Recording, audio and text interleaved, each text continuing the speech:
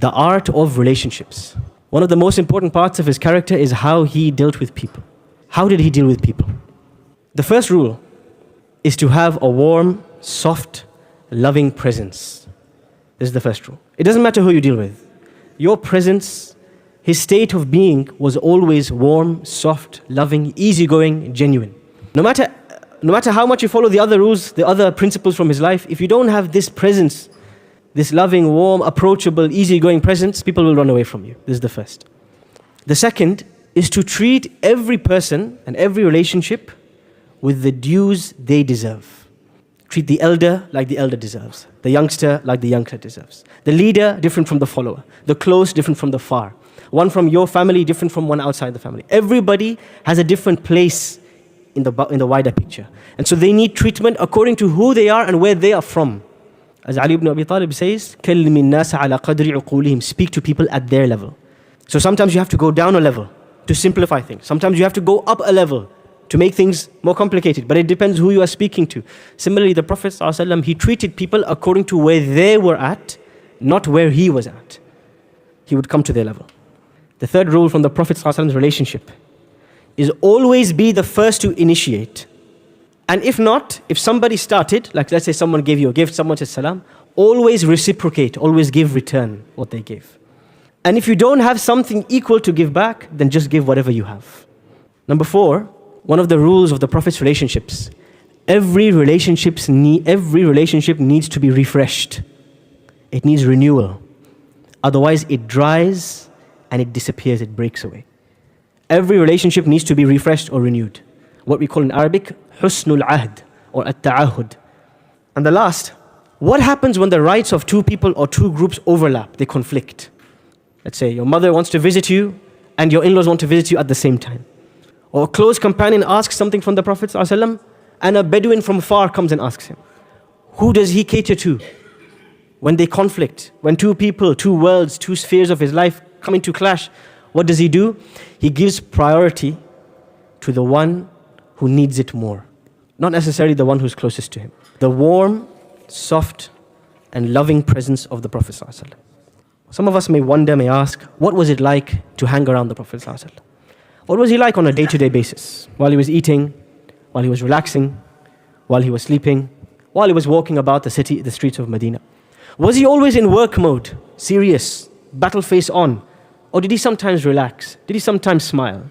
Did he sometimes have a laugh? Was he sometimes casual? Many of us wonder, what was he really like?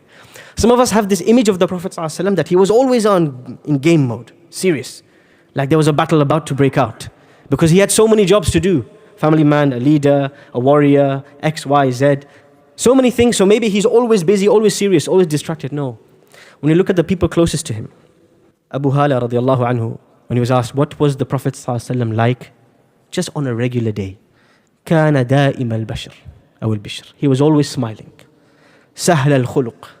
Easygoing, relaxed. لين الجانب. Soft and gentle. ليس بفظ ولا غليظ. Not harsh, not angry. ولا صخاب ولا فحاش.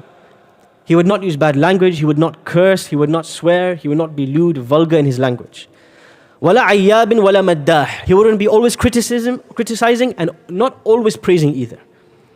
يتغافل عما لا يشتهي. If there was some food he didn't like or some behavior he didn't like, he would just overlook it. This is how the Prophet ﷺ is described. Jarir ibn Abdullah al-Bajali radiallahu anhu says, ما رآني رسول الله صلى الله عليه وسلم إلا تبسم. Every time I saw the Prophet ﷺ, he smiled a big smile. And Abdullah ibn al-Harith radiallahu anhu says, ما رأيت أحدا أكثر تبسما من رسول الله صلى الله عليه وسلم. I never saw anybody smile as much as the Prophet ﷺ. So it turns out that in the Prophet ﷺ's gathering, on a hot summer's day, in the shade of Medina, if you were to come and sit next to him, while he was just sitting with his companions, what would that gathering look like? He would smile, he would joke with his companions. The Prophet ﷺ, he says, إِنَّ اللَّهَ يُحِبُّ الْعَبْدِ. Allah loves for someone to be sahlan, easygoing. Just relax. Why are you so stiff and tense for? Relax. سهلا إذا باع وإذا اشترى وإذا اقتضى. Be easygoing when you buy, when you sell, when you go to the judge. Just relax. Be easygoing. Why are you always tense for? This is the nature of the Prophet ﷺ. One day, He meets Abu Hurairah radiallahu anhu in Medina. And then Abu Hurairah radiallahu anhu realized he's in a state of impurity, major impurity. So he goes home, he takes a bath, and he comes back. The Prophet ﷺ says, where did you go? Where were you? I missed you. So he says, I was impure, so I went to take a bath. The Prophet laughs, he says, إِنَّ الْمُؤْمِنَ لَا يَنْجُسْ. A believer can never be impure. Meaning, you can never be impure of iman. You can always hang around me, even if you don't have wudu. You can always stick around. He would ask for those who were not present. Famously, Julaybib radiallahu anhu. One day he's in a gathering. Where's Julaybib? I don't see him. Where's he gone? He would miss people, ask after people, be concerned about people, worry about their personal life, ask questions about who they are, what they're concerned about, make dua for them. This was the gathering of the Prophet sallallahu alaihi wasallam. This is the first rule. Be warm, be smiley, be gentle, be loving. If you don't have this trait, develop this trait. It requires personal sacrifice. Fight with yourself to get there. The second rule, the Prophet sallallahu alaihi wasallam would always be the first to start in everything. For example, in salam, he comes into a room. Usually the leader waits for everybody to stand up to greet him. I remember even when I was in school, when the teacher entered the room, we had to stand up. Assalamu alaikum. And the teacher would say, alaikum salam, sit down. The Prophet ﷺ, if he entered the room, he would be the first to say salam. Somebody comes to him and this person is shaking. He would say, relax. I'm just a man, I'm just a human being like you. And he would be the first to give salam. If somebody came to sit in front of him, he would usually have a shawl, a big cloak around him. He would remove this cloak and put it out in front of them so they don't sit on the sand. They sit on the clothes of the Prophet ﷺ. And if he was sitting on a cushion, he would take the cushion off and put it in front of the person who was coming to sit in front of him. He would always start.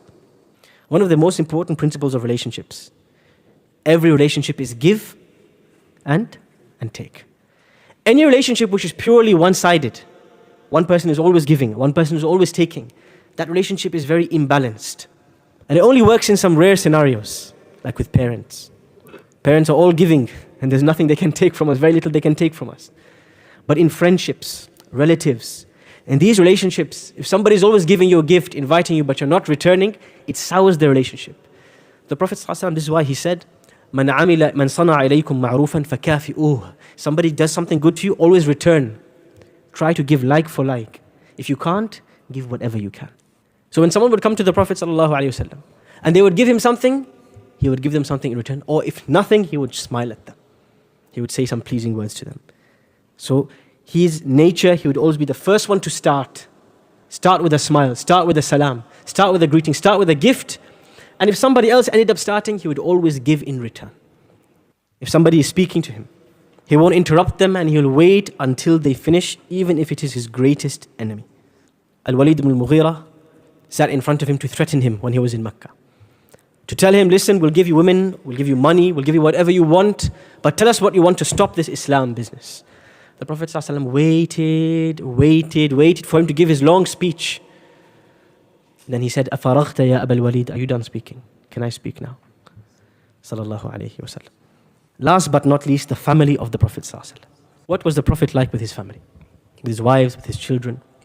The Prophet ﷺ would mend his own shoes, sew his own buttons, clean his own clothes.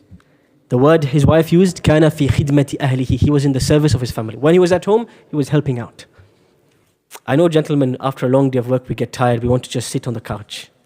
There's the father's sofa. Father always comes, sits on this particular part of the sofa, and he lifts his legs. He's done his day's job. But this is the hard work. This is the jihad of the Prophet ﷺ. There's a jihad at home as well. Yes, you're tired. Yes, the lower back is hurting. Yes, you have sweat. Yes, you have no desire in the world to get up. But just for the sunnah of the Prophet ﷺ, get up and do something in the house. Sallallahu alayhi wa sallam. How was he with his wives, with his children? If his daughter Fatima radiallahu anha entered the house, he would stand up to meet her and kiss her on her forehead. This is how he'd greet his daughter. Daughters, how were they dealt with before he came as a prophet? They would bury them alive. And he's standing up for his daughter and kissing her on the forehead just to greet her. And he says, if somebody enters a room, they should never expect people to stand up for them. But yet with his own daughter, he would stand up to greet her. Sallallahu alayhi wa sallam. He's in salah. his two naughty grandchildren, Al-Hasan, Al-Hussein, come, they climb on his back. What does he do? He stays in sujood. What do? We do a wrestling smackdown. Make sure we tear a few ligaments on the way, break a few bones, so this child learns never to climb on my back again. He stays, his sujood is so long, the companions, they start lifting their head. What's going on?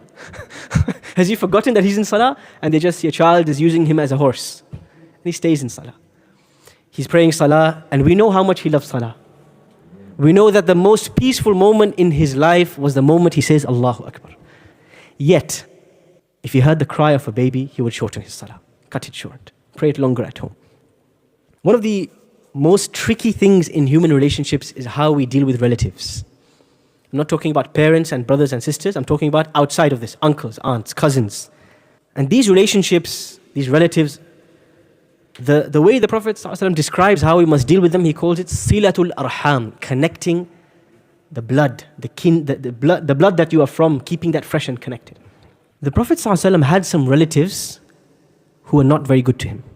In a hadith, the Prophet ﷺ says, "Inna ala bani fulanin laysu li bi awliya." This family from my relatives, they really hate me. They dislike me. They cut me off.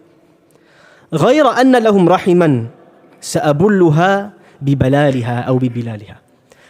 They hate me, this family, this group, these cousins of mine. The only thing is, they have rahim, they have blood relations with me. So I will do my duty in those blood relations with them. One of the most interesting things I found when studying this hadith, when the Prophet ﷺ made this statement, he actually mentioned the name of the family. I'm going to mention it shortly. But you know what happened in the vast majority of hadith narrators? When they wrote this word down, when the Prophet mentioned the name of the tribe, the name of the clan, who hated him or who was not good with him, they erased the name of the tribe. Gundar, one of the most famous narrators of hadith, he says in any manuscript of hadith, when you see this hadith, you see there's a blank white space where the name of the tribe is. We removed it because so that people later on don't start hating on the descendants of this family. Look at the precision with which hadith was narrated. However, in the Mustakhraj of Abi Nu'aym, in another variation of this narration, another chain of narration, it comes, he mentions that it is the family of Abi Talib, the family of his uncle. His first cousins, the extended family from Abu Talib, members of that family, they disliked the Prophet. They didn't want to see his face. How do you deal with such people? The Prophet ﷺ says, سَأَبُلُّهَا بِبَلَالِهَا. This word in Arabic, he says, I will keep the relationship moist and wet. He uses this word, keep your relationships moist. You know, if you don't drink water for an entire day, what happens to your tongue? It goes dry. And you can feel the dryness in your mouth. So what do? Every few hours, you keep topping it up with water. You keep refreshing. What do they say? Hydrate yourself, right? So you don't get dehydrated. Relationships need to be hydrated as well. But some relationships, some people are there, maybe friends from school. You only see them once every 5 years, 6 years. Maybe once every decade, you send them a message, you remember them. But when you do, it's like the relationship continued from where it left off. You know, these kind of relationships, they are low maintenance. You don't have to put the grease every day. There are some relationships, they are high maintenance. The grease you have to put every day. Which relationships are those? Your sister, your brother, your parents. They need very regular maintenance because you have to keep it fresh. This is how the Prophet ﷺ described Khadija radiallahu anha, his beloved wife, his most beloved. When Khadija radiallahu anha passed away, one day her sister comes knocking on the door, Hala bint Khuwaylid. Now is Hala his wife? No, she's his wife's sister. When she knocks on the door, she says, Assalamu alaikum, can I enter? Her voice reminds him of the voice of Khadija. And he begins to feel affected by this. He says, Hala bint Khuwaylid has come, and she reminds me of her sister. And so the Prophet ﷺ would honor Hala. If somebody would come and give him some gifts, he would say, send these gifts straight to Hala. One day a woman came to the Prophet ﷺ's house, she knocked, she entered. The Prophet ﷺ أحسن السؤال عنها. He asked her, he made small talk with her. How are you? How's your family? This is what the hadith says. كيف تيكم كيف كنتم بعدنا. He's talking to a lady. He's saying, she's not related to him. He's not her mahram. He's saying to her, how are you? How are you after we went? كيف تيكم كيف كنتم بعدنا. The woman leaves and Aisha radiallahu anha becomes jealous. Who is this lady? Why are you talking to her? the Prophet ﷺ says to Aisha, this woman was a friend of Khadija, and she used to come and visit when Khadija was alive. And then he says an important statement, وَإِنَّ حُسْنَ الْعَهْدِ مِنَ الْإِيمَانِ. Part of Iman is to keep refreshing these friendships. Don't let them end like that. This is how the Prophet ﷺ kept people happy, he kept people honored, and he would always renew their relationship with them.